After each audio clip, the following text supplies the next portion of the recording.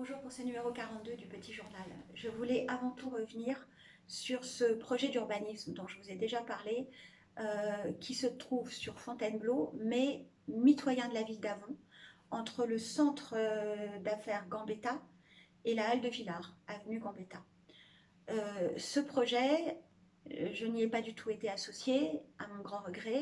Aucune réunion qui se sont déjà tenues n'ont associé la ville d'Avon, bien que l'impact sur notre commune sera évidemment très important puisque nous partageons le même axe et que c'est vraiment à l'endroit où les deux communes se touchent.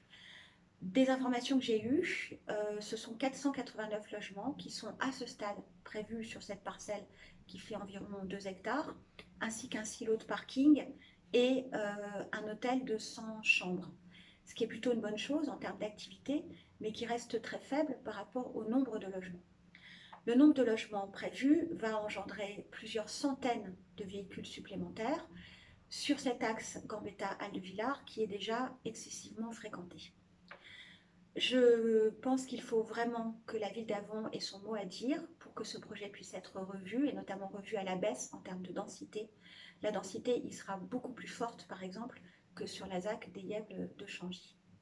Pour cela, nous avons un outil, c'est l'enquête publique qui est ouverte à l'hôtel de ville de Fontainebleau, puisque pour que ce projet aboutisse, il faut une modification du plan local d'urbanisme de la ville de Fontainebleau. Dans ce cas, tous les habitants, qu'ils habitent Fontainebleau ou pas, peuvent venir donner leur avis. Je vous invite donc à aller très nombreux à la ville de Fontainebleau, à l'hôtel de ville, aux heures d'ouverture de la mairie, pour mettre un mot sur le registre d'enquête publique. Vous pouvez également le faire par courrier. Vous pouvez chercher à rencontrer le commissaire enquêteur. Et précisément, demain, vendredi, à 19h15 à l'hôtel de ville de Fontainebleau, celui-ci tient une réunion sur ce projet, une réunion publique, donc je vous invite également à y aller nombreux. Il faut vraiment que ce projet, eh bien, nous y soyons associés et que la densité en termes de logement soit revue à la baisse. Toutes les informations détaillées sur comment agir, vous les aurez sur l'application de la ville et sur le site internet de la ville, vous aurez tout en détail. Donc, n'hésitez pas à aller le consulter. Pour revenir à l'actualité d'Avon même, eh bien, vous annoncez que nous avons de nouveau été lauréats pour la 3e fleur au concours des villes et villages fleuris. Donc c'est une très bonne nouvelle. Nous devons évidemment au travail exceptionnel des jardiniers de la ville d'Avon, que je remercie. Vous pourrez également consulter les observations du jury qui, sur le plan environnemental, sont très élogieuses puisque nous avons aussi été félicités pour le fleurissement désormais très écologique que nous pratiquons. Ça sera aussi sur le site de la ville. L'activité sportive, c'est bientôt la marche nordique lavonaise, le dimanche 23 novembre, donc inscrivez-vous, il y a encore des places, il faut aller sur le site Click et Go. Il y a une course loisir et il y a même de l'initiation à la marche nordique.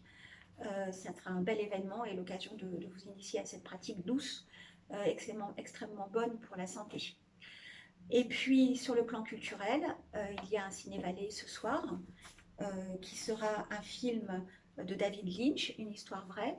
Et il y aura également ce dimanche, pour la première fois dans le cadre des spectacles que nous lançons le dimanche après-midi, un spectacle musical, Tio, itinéraire d'une enfant de Brassens, autour bien sûr des chansons de Brassens, à 17h ce dimanche à la Maison dans la Vallée.